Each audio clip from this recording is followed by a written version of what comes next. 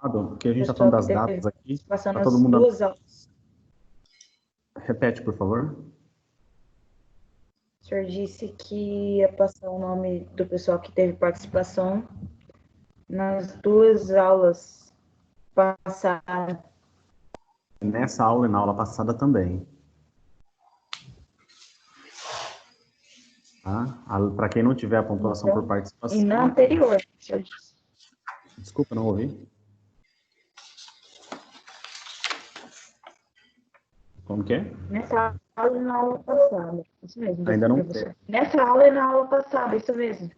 Eu entendi. Tá.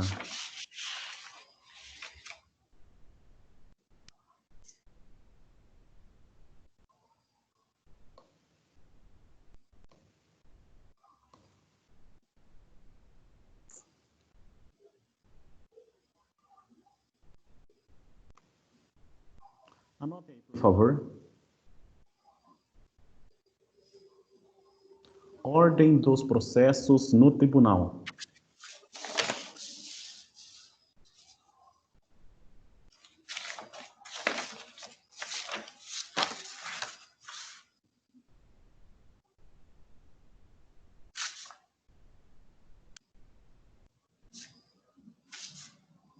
Anotem ordem dos processos no tribunal. Ô, Rosângela, tira o seu microfone, fazendo um favor. Tiro. Obrigado, tá? Ordem dos processos no tribunal.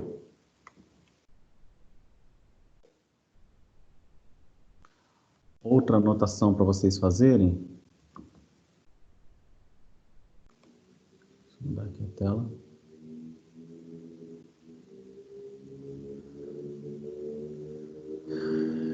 Eu acho que vai ser melhor a gente ir por pares até, para falar a verdade, né? Antes de fazer anotações e anotações. Pessoal, ordem dos processos nos tribunais está do artigo 929, anote aí, artigo 929,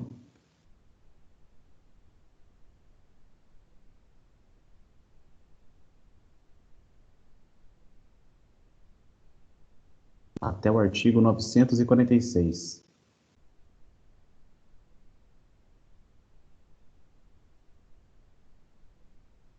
Até o artigo 946.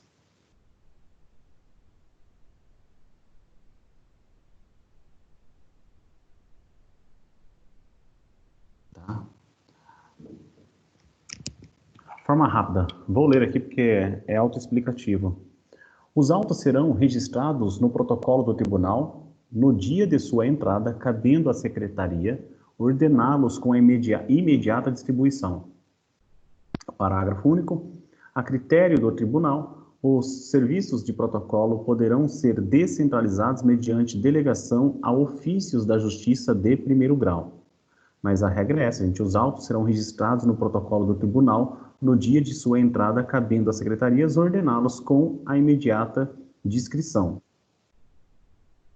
Pausa que tem acadêmico entrando.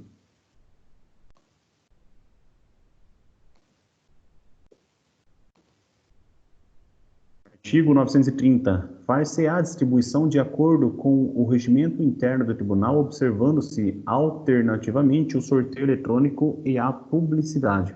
Quer dizer o quê? Que a numeração do recurso vai ser dado, vai ser conferido para que a parte saiba qual que é o número do recurso, e a escolha da turma não vai ser a opção do advogado, da advogada, vai ser por sorteio eletrônico.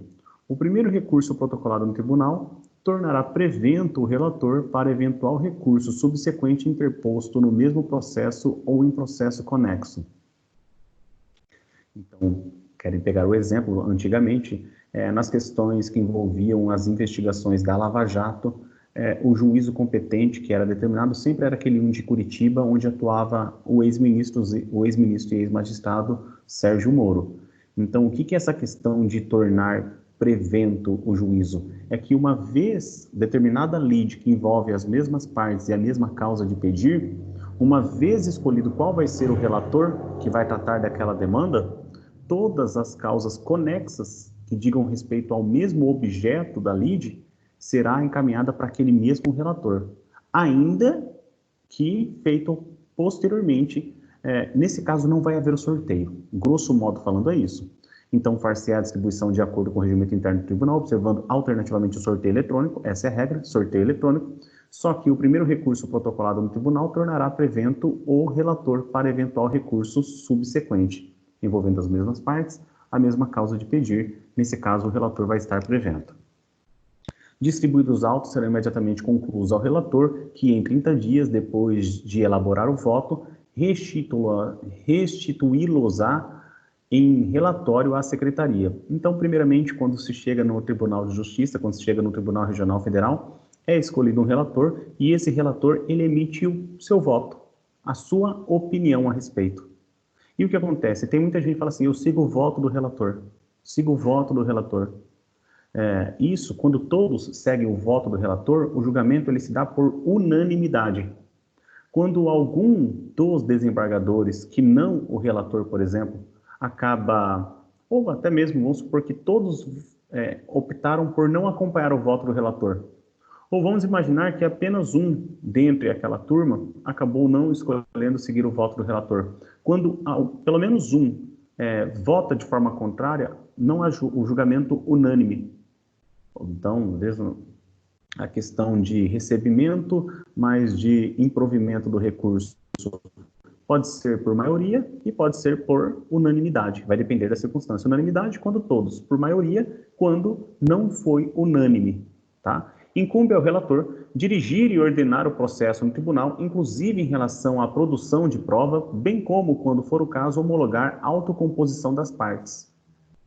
Quer dizer o quê? Uma parte se valor do recurso não pode, por um acaso, haver um acordo extrajudicial? Pode.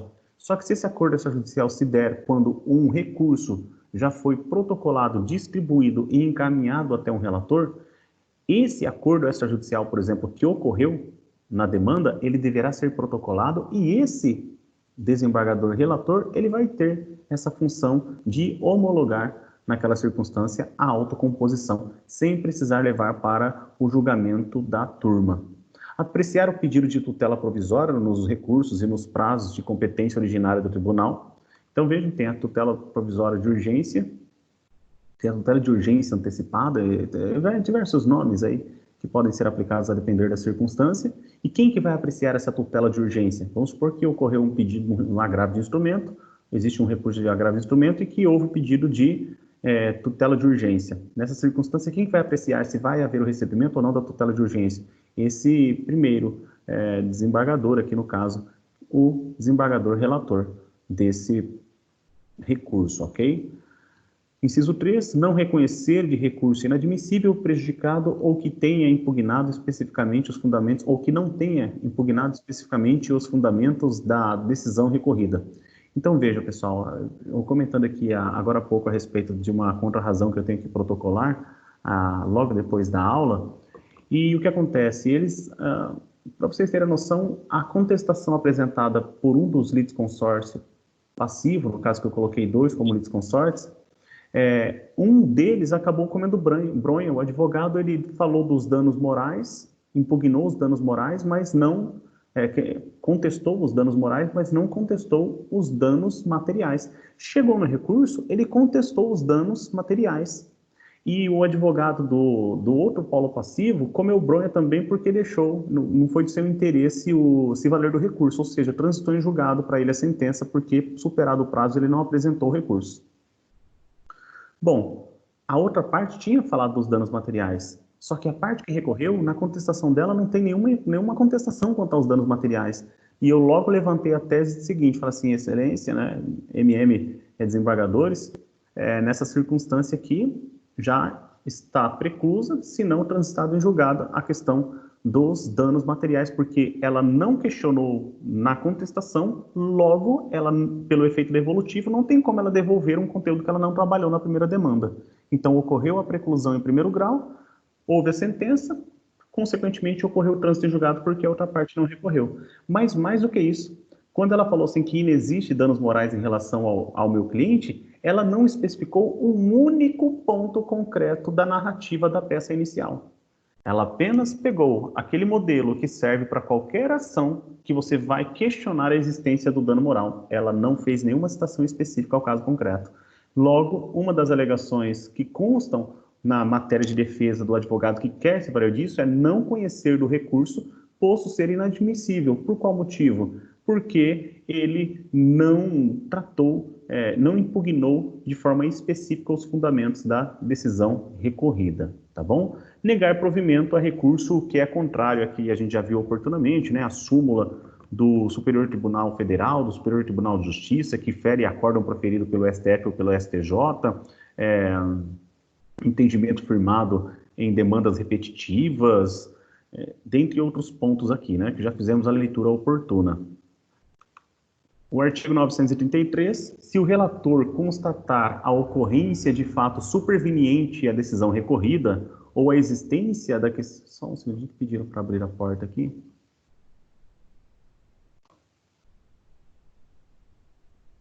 Se o relator constatar a ocorrência de fato superveniente à decisão recorrida ou a existência de questão apreciável de ofício, ainda que não examinada, que devam ser considerados no julgamento do recurso, intimará as partes para que se manifestem no prazo de 5 dias. Então, vejam, se o relator constatar a ocorrência de fato superveniente à decisão recorrida ou a existência de questão apreciável de ofício ainda não examinada, não for examinada outrora, ele intimará a parte para se manifestar no prazo de 5 dias. Vocês querem um outro exemplo? Nessas contrarrazões que eu disse a vocês que eu vou fazer o protocolo, a parte diz que não tem legitimidade passiva, não tem legitimidade passiva, que na verdade os danos materiais foi causado pela parte que acabou não recorrendo. E que ela não deveria, já tinha alegado a ilegitimidade passiva, o juiz na sentença reconheceu a legitimidade passiva sim, ela, novamente, em recurso, ela alegou a ilegitimidade passiva. E sabe o que eu fiz? Eu fui até o Dr. Google da vida e coloquei assim, reclame aqui. E escrevi o nome da empresa que recorreu. E a empresa que recorreu no reclame aqui, ela fica a todo momento se desculpando com os consumidores que caíram na mesma pegadinha que o cliente que me contratou caiu. Então ele fica ali a todo momento, não, vamos resolver sim seu problema, sim, a gente vai desfazer o contrato, sim, etc, etc. Nessa circunstância, gente, eu peguei aqui então essas telas de 2020, final de 2019, meio de 2019, tudo isso depois de eu ter protocolado a peça inicial há anos atrás, há 2 anos atrás, até que chegou agora o momento do recurso. E aí o que acontece, gente? É um documento que eu não pude apresentar no momento da peça inicial. Por quê? Porque é o momento que esses documentos sequer existiam, mas eles estão hoje disponíveis. Eu apresentei novo documento. Logo, o relator ele vai poder intimar a parte recorrente para que ele se manifeste a respeito dessa documentação nova. Ou seja, aqui colocado uma situação em que o relator pode constatar que ocorreu um fato superveniente, né?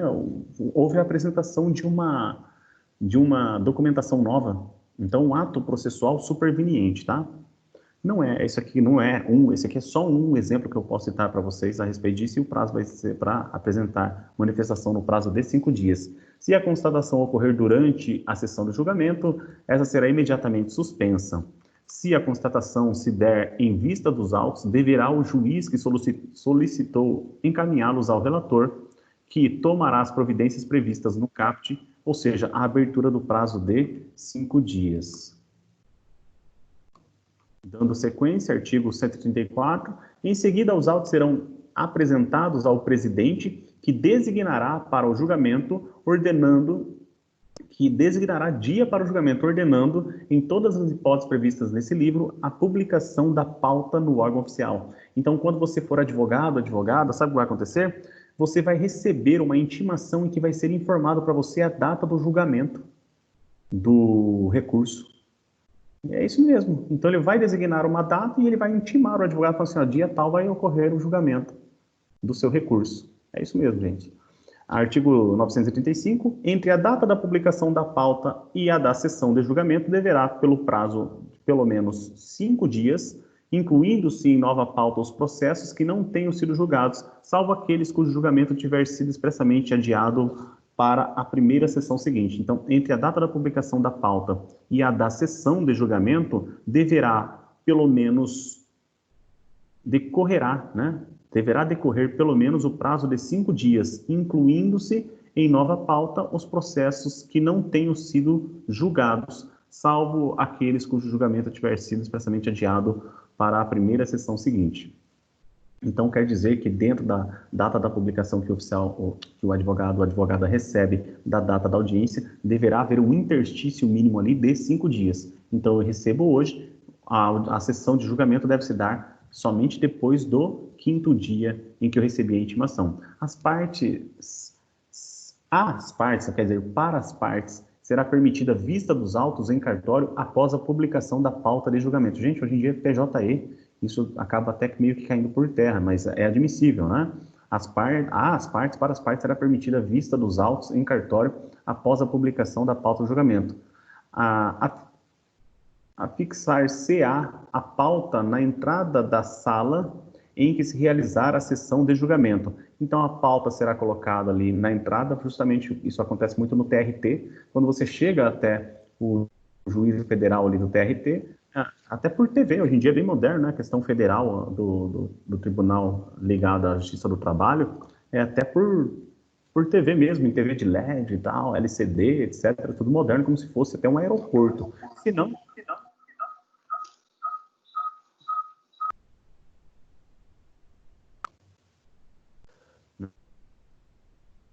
muito mesmo, quando a gente vai no Sejusc, aqui no fórum, é cada pauta que vai ser, vai para saber. Professor, tá ficando mudo o seu áudio. Tem hora que fica mudo, você fala e a gente... Obrigado pela informação. Esqueci de colocar aqui, talvez melhore agora, tá? Se ficar mudo de novo, pode falar novamente, tá? Aqui eu só comentei, pessoal, a respeito da leitura do artigo 935, falando que vai ser colocada a pauta da sequência dos julgamentos, tá? Artigo 936, ressalvar as referências legais e regimentais, para quem até chegou agora, etc., o que eu estou fazendo, pessoal, é falar da ordem dos processos nos tribunais, e a mera leitura desses artigos acaba nos passando o ensinamento a respeito de como vai ser o procedimento, tá? Nós paramos aqui no artigo 936, ressalvadas as preferências legais e regimentais, os recursos, a remessa necessária e os processos de competência originária serão julgados na seguinte ordem. Agora sim, a ordem dos julgamentos. Aqueles nos quais houver sustentação oral, observada a ordem dos regimentos. Então, a seguinte ordem. O que acontece? São todos os recursos que têm sustentação oral? Não. O advogado ele deve solicitar. E, solicitando, ele ainda pode pedir preferência na sustentação. Então, geralmente eles fazem isso ali ligando mesmo na secretaria, eles acabam tomando os procedimentos digitais necessários para que sejam registrada a preferência na ordem da sustentação oral, tá? Então, aqueles que vão ter sustentação oral, eles serão julgados em primeiro lugar no dia que foi designado para julgamento. Então, vamos imaginar que do dia 2 de junho de 2020, sessão de julgamento no Tribunal de Justiça. Eu, como advogado, vou sair de Tangará da Serra, o que eu faço de forma preventiva? Eu já entro em contato com a secretaria daquela turma e já solicito preferência na sustentação oral, justamente para que eu seja ouvido primeiro, para que eu retorne para ministrar aula às 7 da noite, por exemplo. Consegue me entender? Então, primeiramente, vão ser ouvidos os que têm sustentação oral. Os requerimentos de preferência apresentados até o início da sessão de julgamento. Então, para tanto, pode haver um requerimento de preferência de apresentação. Aqueles cujo julgamento tenha iniciado em sessão anterior, ou seja, iniciou, mas não findou. Então, no outro dia, na sessão seguinte, vai ter preferência no seu início. E, na sequência, os demais casos. Como a gente viu no caput, nessa sequência, é nessa ordem.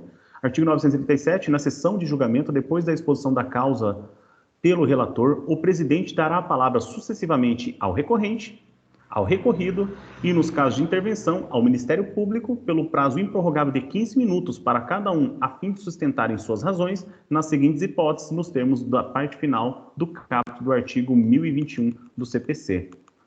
Aí isso vai ocorrer no recurso de apelação, no recurso ordinário, no recurso especial, no recurso extraordinário, nos embargos de divergência, na ação rescisória, no mandado de segurança e na reclamação, no agravo de instrumento interposto contra decisões interlocutórias que versem sobre tutelas provisórias de urgência ou de evidência, e em outras hipóteses previstas em lei e no regimento interno do tribunal. O que é importante aqui? Vocês saberem que, uma vez iniciada, então, a audiência nos tribunais, vai constar o quê? Na sessão de julgamento. Julgamento em grau de recurso. Depois da exposição do voto do relator, o presidente dará a palavra sucessivamente a quem? Ao recorrente, que terá o prazo de 15 minutos, ao recorrido, que terá o prazo de 15 minutos, nos casos de intervenção do Ministério Público, posteriormente o Ministério Público, que também terá o prazo improrrogável de 15 minutos para falar a respeito do entendimento. Recorrente e recorrido, parciais, o Ministério Público, dentro do que ele entende conforme a própria lei. Tudo bem? Parágrafos, né? A sustentação oral no incidente de resolução de demandas repetitivas observadas o disposto no artigo 894 no que couber, o procurador que desejar proferir sustentação oral deverá requerer até o início da sessão que o processo seja julgado em primeiro lugar, sem prejuízo das preferências legais. Nos processos de competência originária previstos nos incisos 6, caberá sustentação oral no agravo interno interposto contra a decisão de relator que o extingua. Parágrafo 4º, é permitido ao advogado com domicílio profissional em cidade diversa daquela onde será sediado o tribunal realizar sustentação oral por meio de videoconferência ou de recurso tecnológico de transmissão de sons e imagens em tempo real, desde que requeira até o dia anterior ao da sessão. Gente, dentro da pandemia, se vocês quiserem ir no YouTube, você coloca lá no YouTube TJMT turma julgamento. Vai ser a primeira turma, vai ser a segunda turma. Eu, esses dias, estava aqui na minha casa, no meu escritório, eu estava assistindo julgamentos. Eles passaram de 70 julgamentos naquela circunstância. E é muito interessante, gente. Você visualiza todos os desembargadores, você visualiza o membro do Ministério Público, você visualiza os advogados das partes. É muito interessante isso. No YouTube existe a transmissão ao vivo, online, das sessões de julgamentos que nós temos aqui no Tribunal de Justiça do Mato Grosso. E você pode assistir também pela TV Senado julgamentos do STF, do STJ, sem problema nenhum, tudo bem? Artigo 938. A questão preliminar suscitada no julgamento será decidida antes do mérito. É claro, questão preliminar, antes do mérito, desde que se conhecendo o caso seja incompatível com a decisão, desde que não se conhecendo o caso seja incompatível com a decisão. Quer dizer que a preliminar, ela apenas vai ser julgada se for um caso relacionado ao objeto da lide, se for ocasião estranha, em que não merece sequer apreciação naquela circunstância, vai para o julgamento direto da lide, tá? Constatada a ocorrência de vício sanável, inclusive aquele que possa ser conhecido de ofício, o relator determinará a realização ou a renovação do ato processual no próprio tribunal ou em primeiro grau de jurisdição intimadas as partes. Porque o novo CPC, ele prega o direito material, não o direito formal. Não vamos extinguir a ação, o direito de ação de uma pessoa. O direito de ação, quando a gente fala, é acesso à justiça. O acesso à justiça não é somente o protocolar. O acesso à justiça é eu ter uma resposta do órgão judicial, uma resposta justa, não apenas atrelada ao aspecto formal, mas sim ao meu direito material levado no aspecto processual para uma solução do Poder Judiciário. Então, aqui vem colocada a possibilidade, se o relator verificar a necessidade de uma adequação, que intime, então, a parte que pode acabar sanando aquele vício, se for um vício passível de ser sanado. Se não for passível de ser sanado, aquele processo, aquele recurso, provavelmente, mesmo recebido, ele não vai ter o seu provimento e vai ser arquivado, ok? Cumprida a diligência de que trata o parágrafo 1º, o relator, sempre que possível, prosseguirá no julgamento do recurso. Então é isso. Não havendo vícios, ou sendo sanados os vícios sanáveis, vai haver o prosseguimento do julgamento. Reconhecida a necessidade de produção de prova, o relator converterá o julgamento em diligência, que se realizará no tribunal ou em primeiro grau de jurisdição, decidindo-se o recurso após a conclusão da instrução. Quer dizer, então, que quando a gente fala do juízo de primeiro grau e do tribunal, nós estamos falando da possibilidade em que haja a produção de provas, tanto no primeiro grau, como também que haja a produção de provas em segundo grau. Exemplo que eu disse para vocês, eu vou juntar novos documentos. Professor, mas a fase de juntar documento é na peça inicial, mas os documentos que eu vou juntar são documentos novos, documentos que foram constituídos posteriormente ao início da demanda. Então, eu vou juntar documentos novos. Posso fazer isso no Tribunal de Justiça? Posso. Posso fazer isso em recurso especial? Não. Posso fazer isso em recurso extraordinário? Não, porque lá não tem análise de provas. Lá é apenas a questão abstrata. Então, reconhecida a necessidade de produção de provas, o relator converterá o julgamento em diligência. Quer dizer o quê? Não vai haver o julgamento e vamos, então, proceder à diligência para que haja uma devida instrução para posteriormente haver o julgamento. Quando não determinadas pelo relator as providências indicadas no parágrafo 1º e parágrafo 3º, nesse caso aqui até a produção de provas, poderão ser determinadas pelo órgão competente para o julgamento do recurso. Então, sanado todo o recurso ali, ele estando pronto para julgamento, vai haver então a estipulação de data para que ocorra o julgamento. Artigo 939, se a preliminar for rejeitada ou se a apreciação do mérito for com ela compatível, seguir-se-ão a discussão e o julgamento da matéria principal sobre a qual deverão se pronunciar os juízes vencidos na preliminar. Então, se a preliminar for rejeitada ou se a apreciação do mérito for com ela compatível, seguir-se-ão a discussão e o julgamento da matéria principal, sobre a qual, ou seja, sobre a matéria principal, deverão se pronunciar os juízes vencidos na preliminar. Isso daqui é a própria sequência, né? A respeito do... O que eu posso dizer para vocês? Que não é porque o relator deu um voto que os outros desembargadores são obrigados a seguir o voto do desembargador relator.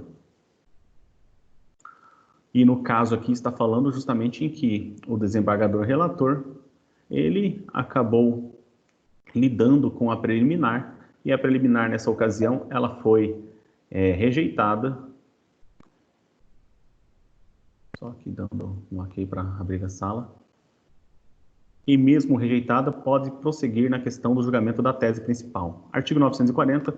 O relator ou outro juiz que não se considerar habilitado a proferir imediatamente seu voto poderá solicitar vista pelo prazo máximo de 10 dias, após o qual o recurso será reincluído em pauta para o julgamento na sessão seguinte e a data da devolução. Quer dizer o quê? Quer dizer que é isso mesmo que vocês já viram, já devem ter visto, assistido o que acontecia nos julgamentos lá no STF. Então nós estávamos lá, todos querendo saber, poxa, vai poder votar, ter prisão depois de segundo grau ou não vai? Tá certo que a gente está estudando CPC e não CPP, né? Mas dá para parafrasear aqui e a gente pegar uma história similar. Naquela questão, a gente via um ministro falar assim, eu quero vista do processo. O que ele estava fazendo? Ele estava fazendo com que aquele julgamento ele fosse, então, paralisado para que ele, fazendo vista do processo, emitisse o seu voto. Se ele seria a favor do voto do relator ou contrário ao voto do relator. E o prazo que é colocado nos tribunais, prazo de 10 dias. Sendo certo, pessoal, que STJ, STF, eles têm um regulamento próprio deles, tá? Regulamento interno. Sem prejuízo dos tribunais também, e dos tribunais regionais federais e estaduais. Parágrafo 1º. Se os autos não forem devolvidos tempestivamente, ou se não for solicitada pelo juiz prorrogação pelo prazo de 10 dias, o presidente do órgão fracionário os requisitará para julgamento do decurso na sessão ordinária subsequente com publicação da pauta em que for incluído. Quer dizer o quê?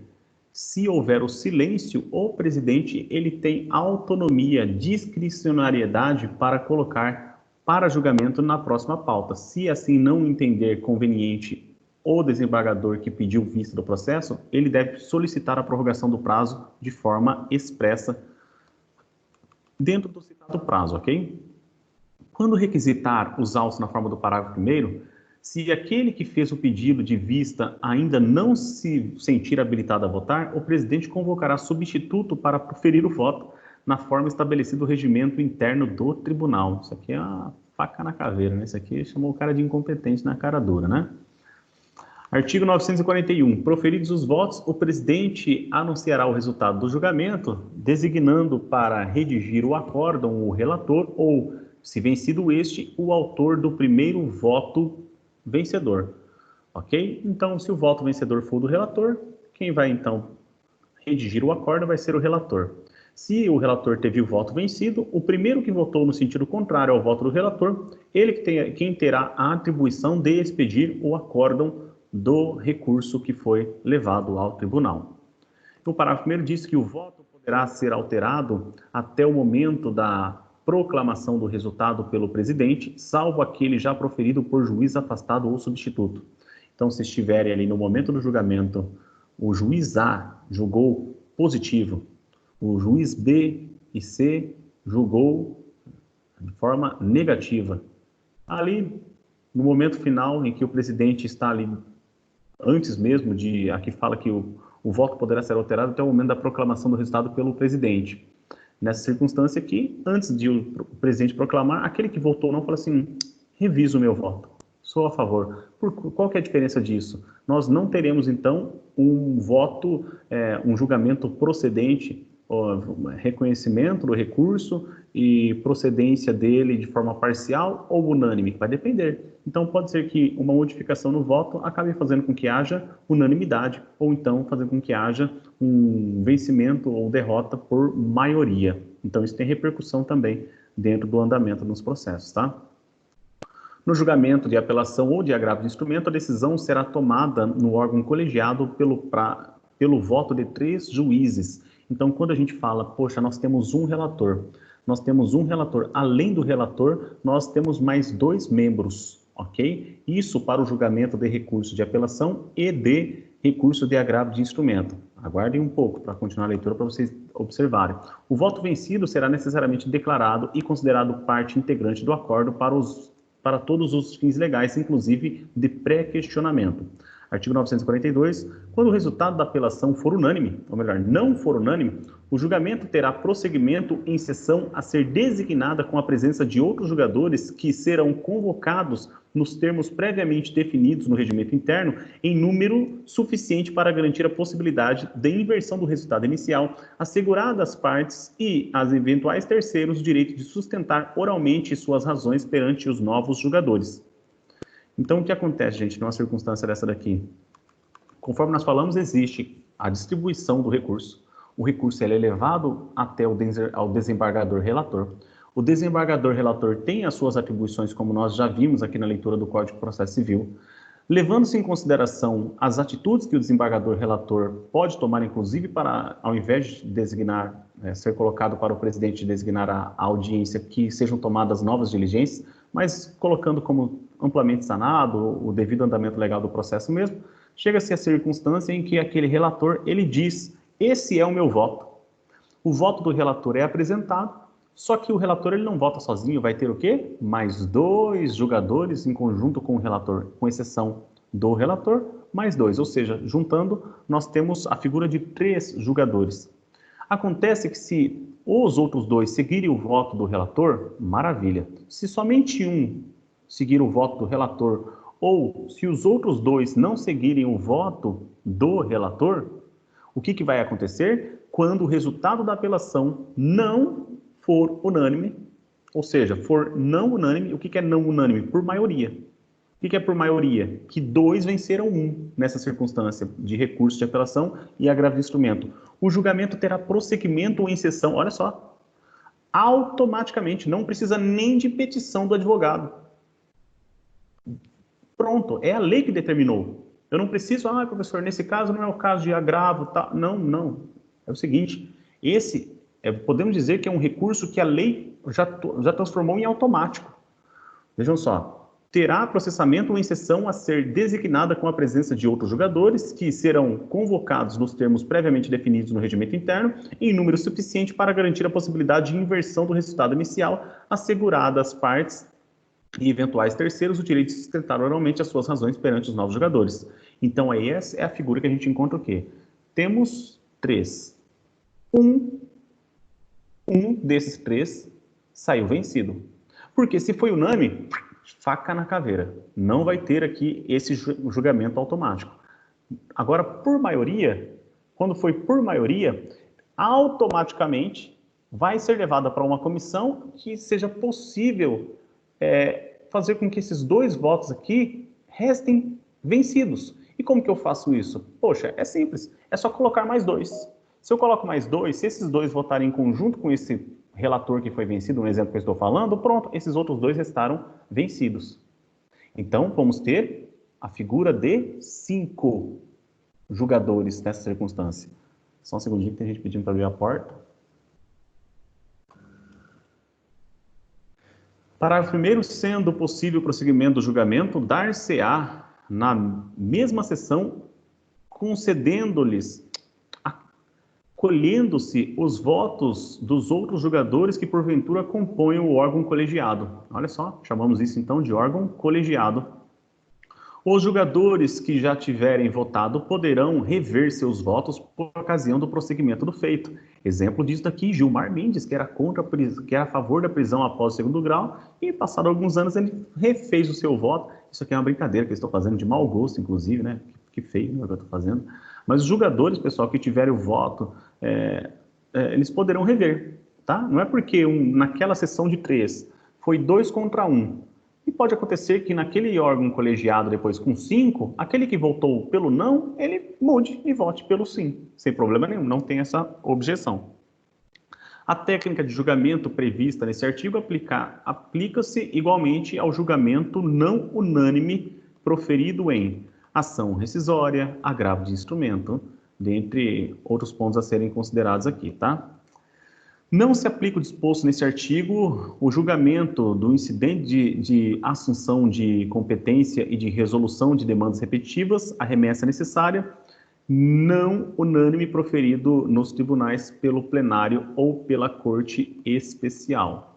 Corte especial é aquela que vai tratar de um assunto especial. E o plenário já é aquele que consta com a figura de todos os integrantes. Vamos colocar um exemplo que eu passei para vocês de 5, tá? Depois a gente volta a comentar um pouquinho, ainda na aula de hoje, o que seria essa questão de incidente de assunção de competência. A gente vai trabalhar ainda na aula de hoje a respeito desse assunto. O artigo 943, os votos, os acordos e os demais atos processuais podem ser registrados em documentos eletrônicos, inviolável e assinados eletronicamente, na forma da lei, devendo ser impressos para juntada aos autos do processo quando este não for eletrônico. É a questão de serem enviados os originais nesse último caso, só que na modernidade nós estamos com o PJE, que é um processo eletrônico. Todo acórdão conterá ementa. E o interessante é que existem regras do juizado especial, por exemplo, em que dispensa o relatório na sentença, inclusive a sentença no juizado especial é proferida por um juiz leigo. O juiz leigo é aquele que não passou no concurso público para ser um magistrado. Só que o magistrado, aquele que é o juiz natural, ele homologa uma sentença emitida por um juiz leigo no juizado especial, que eu passei para vocês aqui a título de exemplo. E o Tribunal de Justiça, que existe para uma sentença na vara comum, no juizado especial não existe a gente falar em Tribunal de Justiça. A figura que se fala lá é de turma recursal, tá bom? O nome. Lavrado o acórdão, sua ementa será publicada no órgão oficial no prazo de 10 dias. Então, significa que, lavrado o acórdão, haverá a publicação e os seus respectivos efeitos. Como vocês sabem, a contagem de prazo para novo recurso. Não publicado o acórdão no prazo de 30 dias, contado da data da sessão de julgamento, as notas taquigráficas, desculpe, como pode, o substituirão para todos os fins legais, independentemente de revisão. No caso do caput, o presidente do tribunal lavrará de imediato as conclusões e a ementa e mandará publicar o acórdão. E finalizando, o agravo de instrumento será julgado antes da apelação interposta no mesmo processo. O que significa? Agravo de instrumento se refere a uma decisão interlocutória de um processo. Quando nós falamos em sentença, nós estamos falando justamente de uma situação em que houve o julgamento porque não se entendeu que o objeto do agravo de instrumento fosse uma questão incidental relevante. Então, vamos supor, eu me vali de um agravo de instrumento porque não houve reconhecimento da justiça gratuita em relação a mim. Protocolei, está lá no Tribunal de Justiça, e não é que no juízo ACO já houve a sentença judicial antes do julgamento do recurso de agravo de instrumento? Tá? Então, veja só que, claro, eu recorri também da sentença, aí tem lá recurso de apelação e tem agravo de instrumento. Qual que deve ser julgado primeiro? O recurso de agravo de instrumento. Parágrafo único, se ambos os recursos de que trata o caput houverem de ser julgados na mesma sessão, terá preferência o agravo de instrumento. Pessoal, alguma dúvida a respeito desses pontos aqui? Eu sugiro para vocês que vocês façam a leitura. E qual que é o resumo disso? O resumo disso daqui é como que vai ser o procedimento daquilo que eu expliquei para vocês. Uma vez elaborada a peça do recurso, seja um recurso de agravo de instrumento, seja um recurso de apelação, aqui nós não estamos falando das regras do recurso extraordinário, nem das regras do recurso especial. Nesse presente momento aqui, estamos mais dando um enfoque aqui no recurso de agravo de instrumento e de apelação. Como que vai ser, então, professor, esse recurso? Como vai ser o procedimento depois de protocolado isso?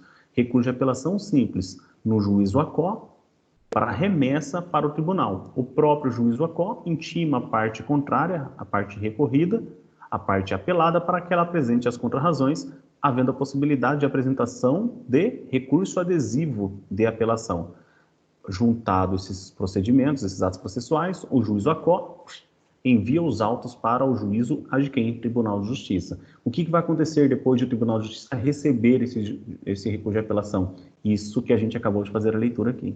Agravo de instrumento. Agravo de instrumento, ele não vai ser endereçado para o juízo ACO, ele vai ser protocolado já no juízo adquém, sendo certo que, sendo um processo judicial eletrônico, não precisará informar o juízo ACO do protocolo do recurso de agravo de instrumento, que é necessário no processo físico, sob pena do advogado da parte contrária informar o órgão adquém que não foi comunicado o juízo ACO, e aí então o relator do processo do agravo de instrumento no juízo adquém, ele vai acabar então não reconhecendo o recurso por falta de um dos requisitos.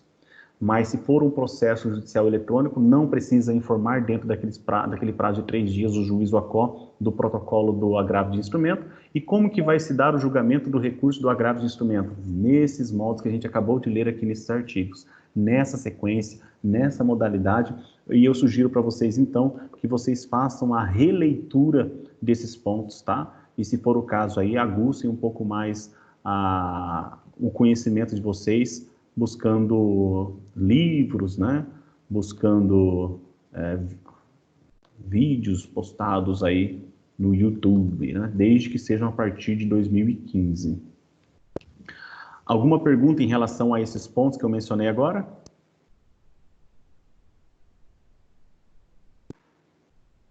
Professor. Pois não. Professor, só uma observação. Lá atrás você tinha falado que na ação rescisória, para impetrar uma ação, é necessário o depósito de 5%, né? E aí, se for indeferido, digamos assim, o processo, então ele vai pagar, além desses 5%, mais aquele exemplo de 500 mil, por exemplo. 5% daria 20. Então, além dele além dele pagar, transformar em multa os 5%, ele ainda vai pagar os 500. Seria isso. Então, nesse caso, é uma ação que precisa ser bem avaliada para entrar com o recurso, né, dessa ação rescisória.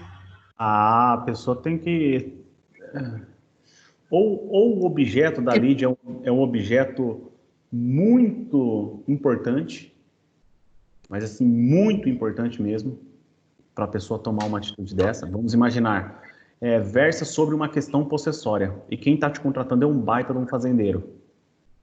E esse baita do fazendeiro, ele fala assim, doutora, e a respeito daquela ação lá, tal, aquela ameaça que ocorreu, aquela testemunha que falou tal coisa e ela foi coagida, e agora que esse documento novo que surgiu, o georreferenciamento, né, entendeu? Já teve uma sentença, mas agora surgiu o georreferenciamento, que é uma tecnologia nova, que a gente já pode constatar que aquela matrícula falsa, né, e que agora a gente vê que aquela área realmente é minha.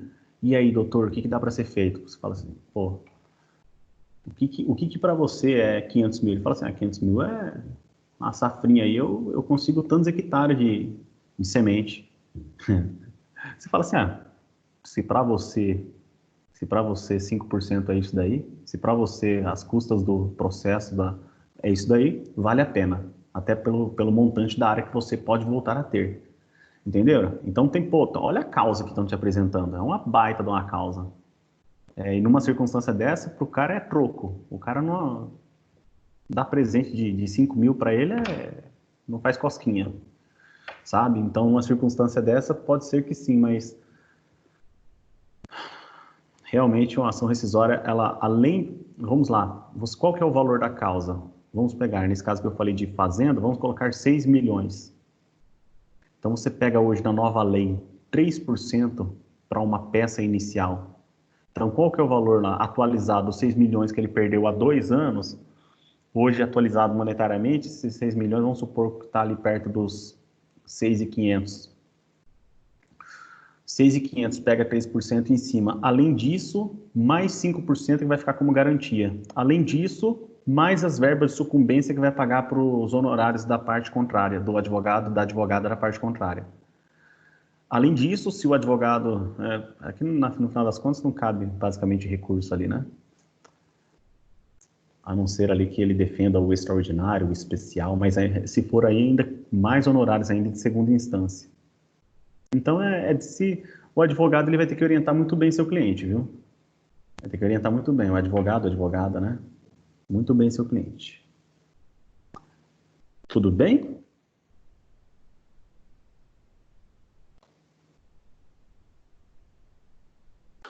Valeu, professor. Eu que agradeço. Eu não anotei seu nome. Quem que me falou foi a Elisângela? É Rosângela. Rosângela, desculpa. Rosângela, eu até gostaria de pedir, professor, aproveitar, pedir para algum aluno dessa turma anotar meu telefone para me incluir no grupo deles. Fica à vontade, tá? Eu tive dificuldade, né? Eu estou iniciando praticamente tem pouco tempo. Uhum. E eu vou passar meu telefone, se alguém puder me adicionar, 9617-6915. Alguém aí, por favor, se manifesta que está no grupo, fazendo favor? Alguém que estiver no grupo, se manifesta agora, fazendo favor? Vou adicionar ela aqui. Isso. Repete então, por favor. 9617-6915. Muito obrigada, colega aí. Ok, vou pedir para adicionar você, tá?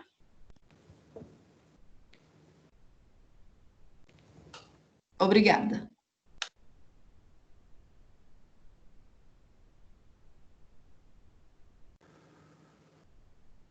Pessoal, eu vou pedir para vocês um grande favor, que é o seguinte. Eu quero que vocês... Eu vou falar aqui até por questão de ordem alfabética, tá? Só um segundinho. Só para eu pegar aqui a lista de chamada.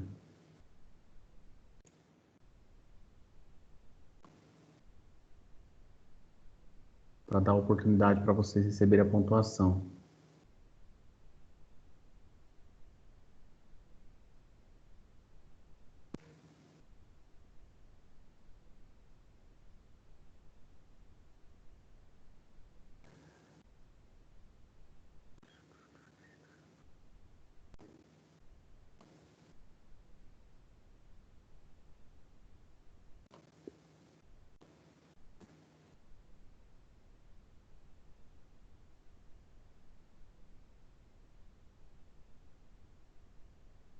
Professor?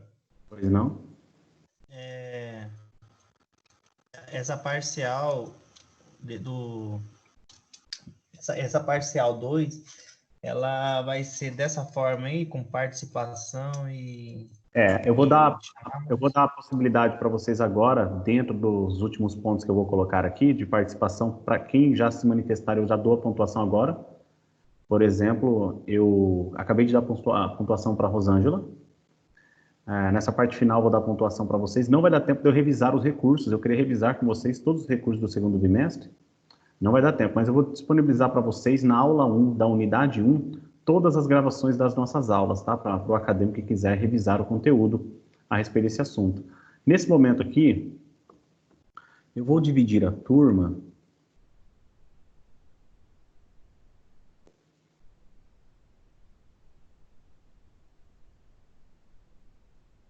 Ó, eu vou dividir da letra A até a letra J, da letra L até a letra P e depois a última parte da letra R e seguintes, tá?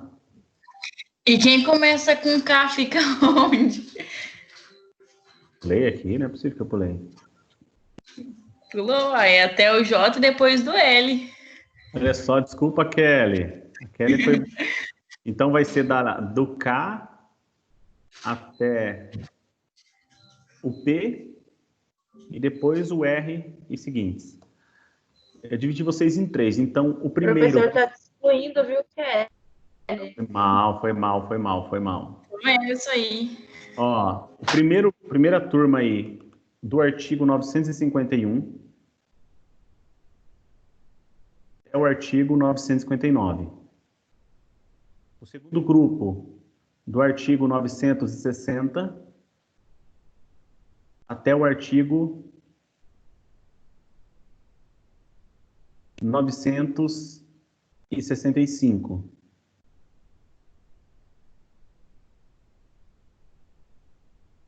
E o terceiro grupo, artigo 948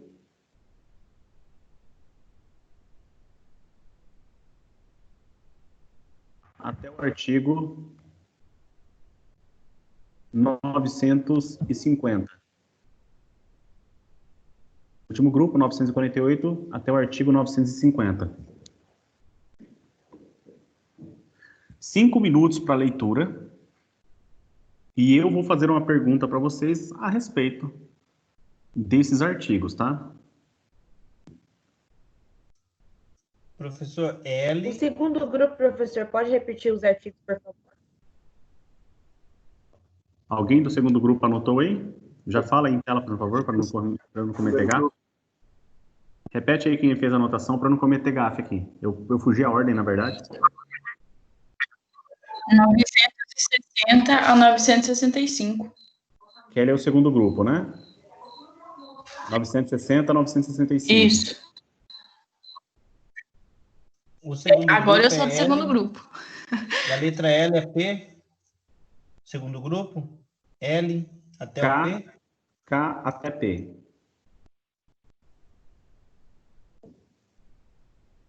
Professor, quais os artigos do primeiro grupo, por favor? O primeiro grupo ficou 951 até 959.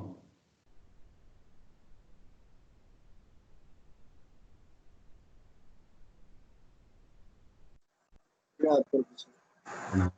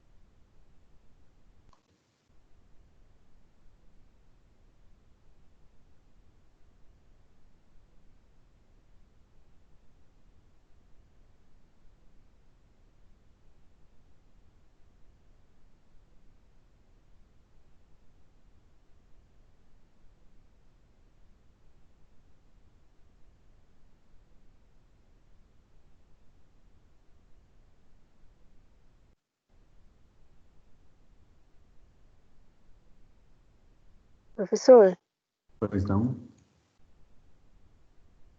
a minha internet está muito ruim, eu não consegui soltar.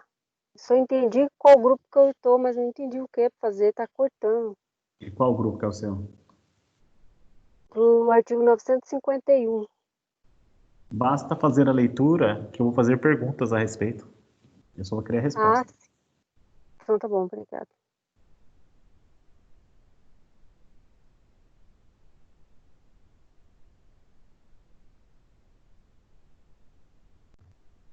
Professor, eu não sei se eu perdi essa explicação, pode ser que eu tenha perdido, porque a segunda aula eu não consegui, mas o que significa concessão de exequatur?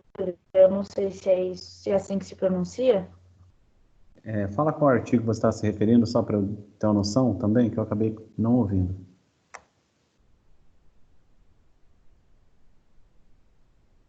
Artigo 961.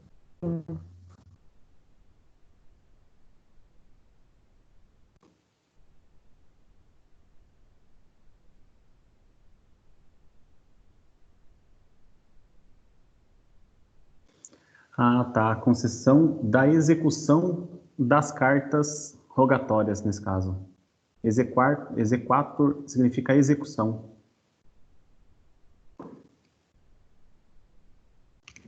Execução, no caso, é tomar a diligência. Entendi. Ficar a diligência, tá bom? Uhum. Obrigada. Nada.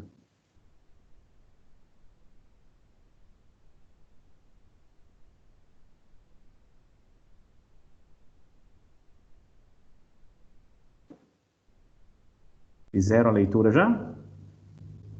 Mais 2 minutinhos, tá?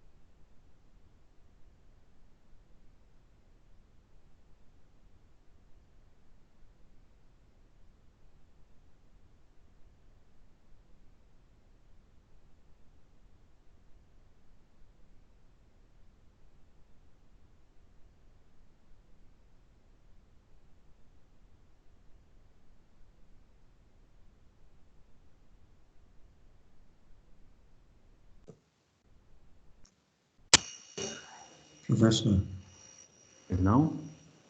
uma dúvida. Na fase de execução, é possível algum recurso ainda? Sim. Na fase de execução é possível agravo de instrumento, embargo de declaração. Houve a sentença de uma quantia líquida e certa. Uhum. Passou a execução, ainda assim é possível contestar. Usar a execução, um exemplo, impugnação à execução, é como se fosse uma contestação, e disso tudo cabe recurso. Pode ter embargo de terceiro, o Wanderson só não pode mais discutir a matéria de fato. Pode ser que a execução esteja indo pegar alguma coisa que a pessoa fala, isso aqui não pode pegar, entendeu? Não pode mais discutir a matéria do que foi julgado.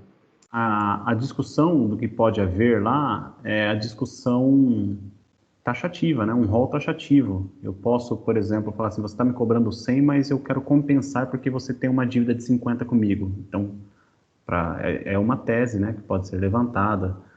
É uma questão de já pagamento, uma questão de você estar me cobrando um valor a mais, então você apresenta um novo cálculo. São teses agregadas ao que está sendo tomado ali, que é a execução. Não é qualquer tipo...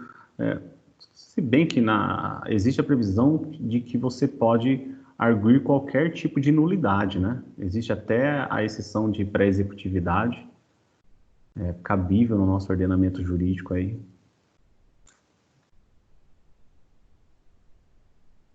Mas é isso mesmo, tem a sentença e a pessoa ainda pode se defender. Por incrível que pareça, é mais ou menos desse jeito. Vamos lá então, gente, dando para a gente finalizar o semestre, né? No que der tempo da gente comentar aqui, eu cobro na avaliação, do que não der tempo, fica só para o aprendizado mesmo. Vamos aqui para o CPC e eu vou começar a pergunta. Eu vou aqui para quem está do artigo 948 até o artigo 949. A pergunta é o seguinte.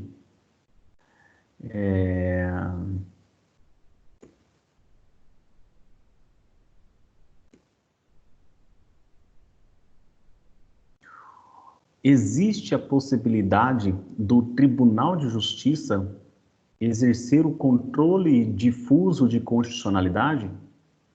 Porque, veja, quando a gente fala em controle de constitucionalidade, a gente fala do STF. Aí vem a pergunta, existe a possibilidade do Tribunal de Justiça fazer o controle difuso de constitucionalidade?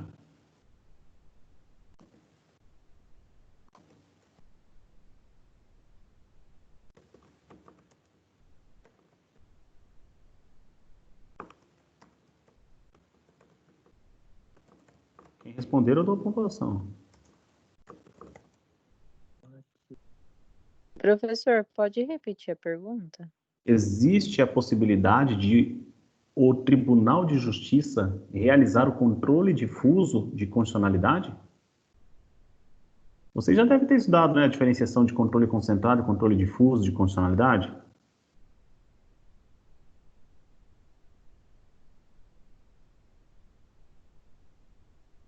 Nunca? Não lembro.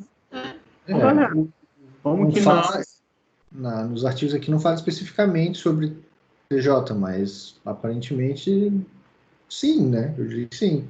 O que ele fala é que se já tiver pronunciamento do plenário do STF ou do Tribunal Superior, que eles não podem arguir a inconstitucionalidade, né?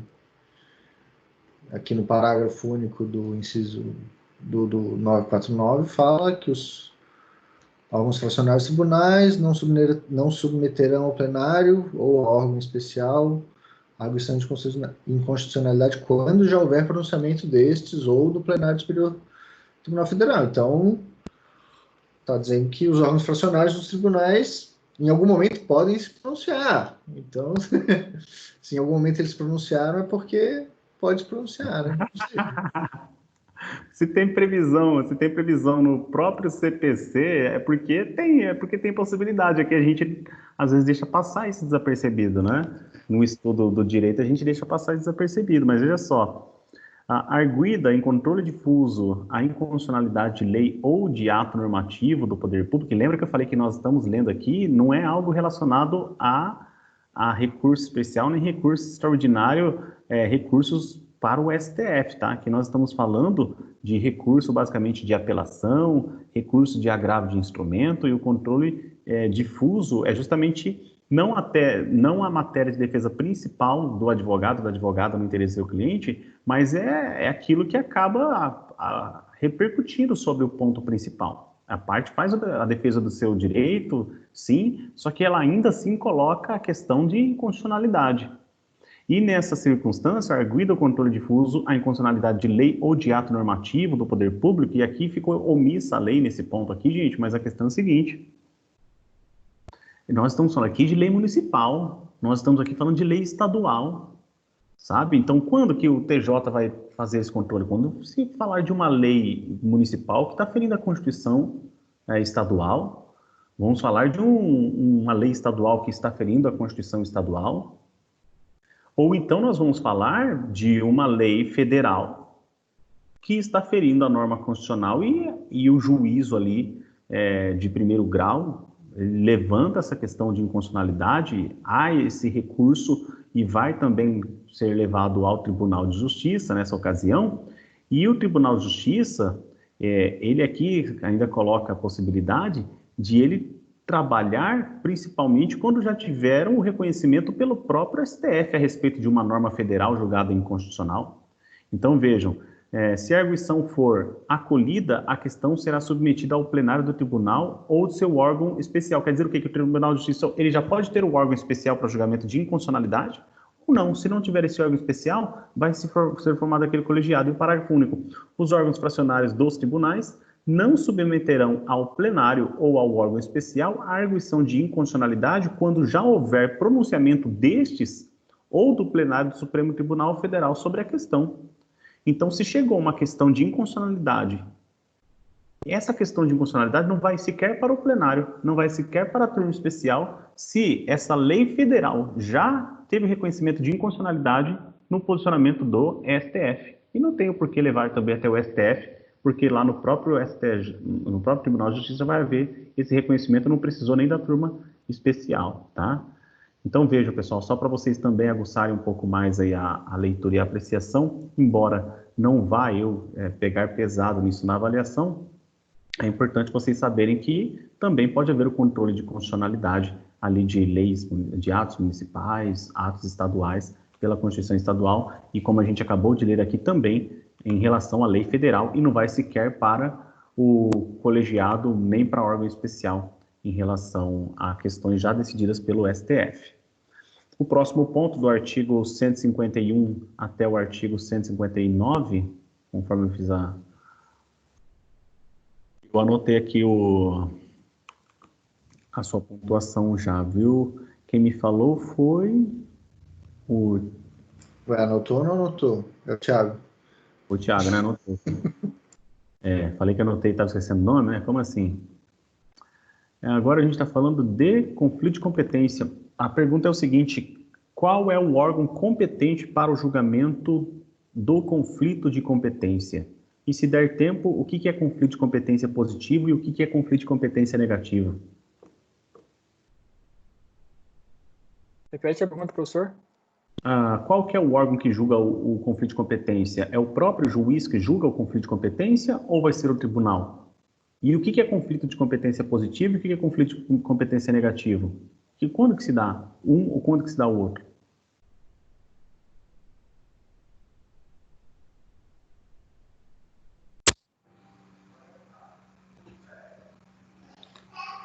Quando tem uma dúvida do órgão?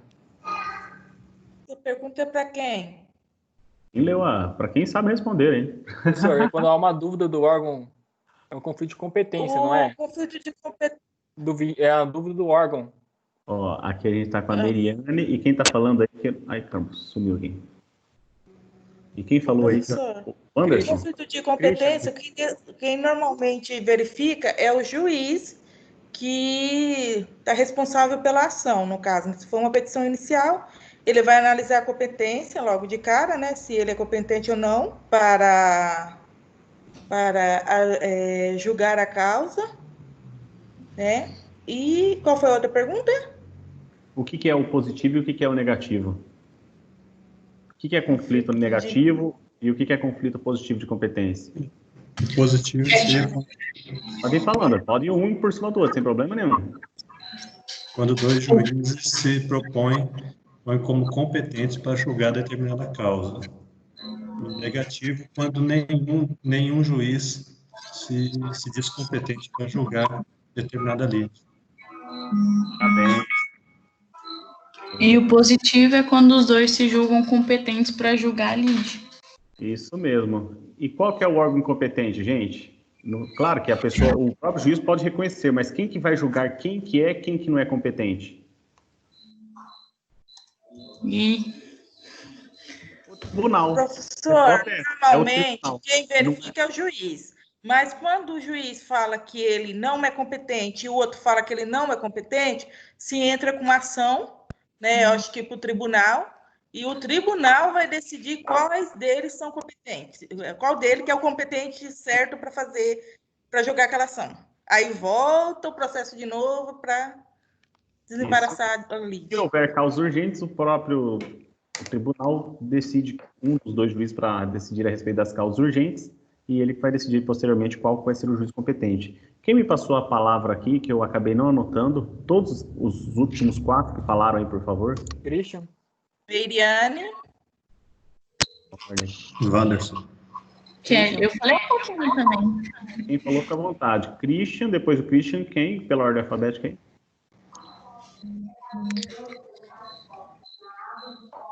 Wanderson. Janderson. Wanderson. Quem mais? Kelly. E depois a Meiriane, por ordem alfabética. Uhum.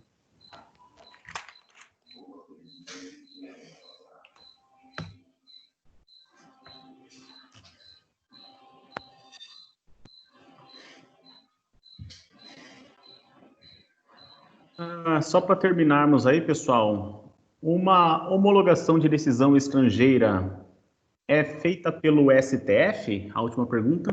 Quem providencia a homologação de sentença estrangeira, de decisão estrangeira, é o STF? STJ. É o Superior Tribunal de Justiça. STJ. Tá, por último, uma decisão interlocutória estrangeira, acertaram todos. Ela é executada no Brasil por uma carta precatória? Rogatória. Rogatória. Carta é possível também, né? Mas existe, né, gente? Tem quem confunda a carta precatória com carta rogatória. Passem os nomes aí de quem pronunciou, fazendo favor. Paulo. Cristiane. Pamela. Marília. William. Eu anotei Pamela, Paulo. Cristiane. Alaiane. Sara. Marília.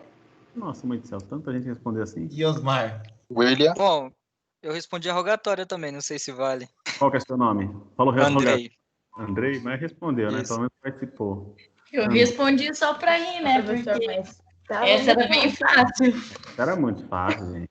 Depois do Andrei, quem que é? Cristiane? Christian, não é? Mas foi da outra. Anotei já. Mais alguém aí? Cristiane. Quem? E olha só, não respondendo aqui. Qual o nome que eu não ouvi? Marília. Alaiane. Alaiane? Isso.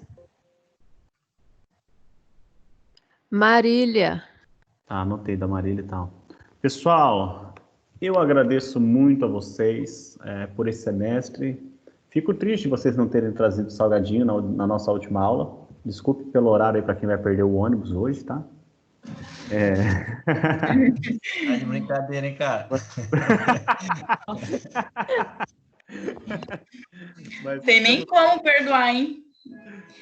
Perdi o ônibus para ficar respondendo prova. Não. Ficamos por aqui, gente. Encerramos o semestre. Vou postar no final de semana essas aulas para vocês aqui, tá? Fico aberto às perguntas, mas vou encerrar a gravação. Professor. Pois não?